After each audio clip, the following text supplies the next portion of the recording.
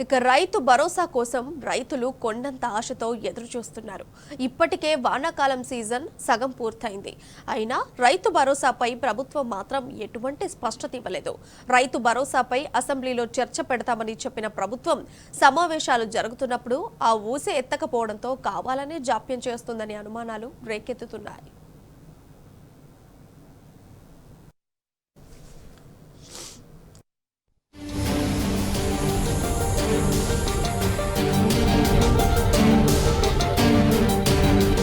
రైతు భరోసాపై మంత్రుల కమిటీ ఇచ్చే నివేదిక ఆధారంగా అసెంబ్లీలో చర్చించి అందరి అభిప్రాయాలు తీసుకొని ఆ తర్వాత రైతులకు పెట్టుబడి సాయం అందిస్తాం.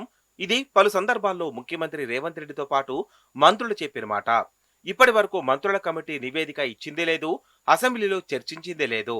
రైతుల అభిప్రాయాల సేకరణ పేరిట హడావిడిగా 4 సమావేశాలు నిర్వహించిన కమిటీ ఆ తరువాత ఆ ప్రక్రియకు రామ్ చెప్పింది. రైతు భరోసా ఎప్పుడిస్తారు, ఎవరికిస్తారు అనే అంశంపై ప్రభుత్వం స్పష్టత ఇవ్వడం లేదు. ఇప్పటికే వానాకాలం సాగు సగం పూర్తయింది. రైతులేమో పెట్టుబడి సాయం కోసం ప్రభుత్వం వైపు ఆశగా ఎదురు చూస్తున్నారు.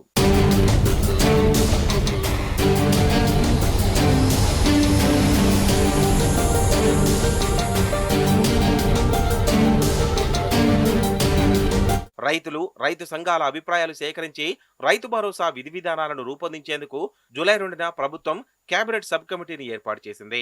కమిటీలో డిప్యూటీ సీఎం బట్టి విక్రమార్క, మంత్రులు తుమ్మల నాగేశ్వరరావు, పొంగులేటి శ్రీనివాసరెడ్డి, శ్రీధరబాబు ఉన్నారు. కమిటీ రైతుల అభిప్రాయాలను సేకరించి 15 రోజుల్లో నివేదిక అందజేస్తోందని, దాని ఆధారంగా అసెంబ్లీలో రైతు భరోసాపై చర్చ పెడతామని సీఎం ప్రకటించారు.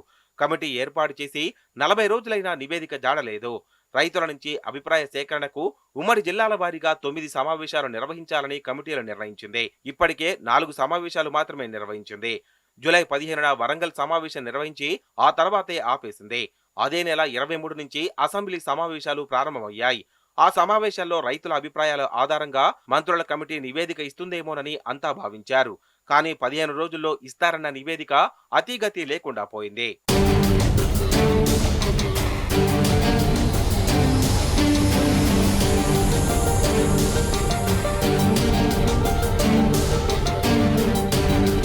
రైతు భరోసాపై అసెంబ్లీలో చర్చ పెడతామని చెప్పిన ప్రభుత్వం సమావేశాలు జరుగుతున్నప్పుడు ఆ ఊసే ఎత్తకపోవడం గమనార్హం.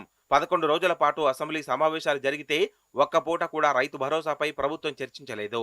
ఈ నేపథ్యంలో రైతు భరోసాపై ప్రభుత్వం కావాలని ఆలస్యం చేస్తుందనే విమర్శలు వ్యక్తమవుతున్నాయి.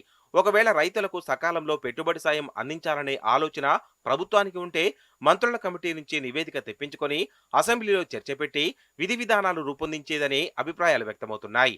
ప్రభుత్వం ఇవేవీ చేయకపోవడంతోనే ఉద్దేశపూర్వకంగానే ఆలస్యం చేస్తుందనే విమర్శలుస్తున్నాయి.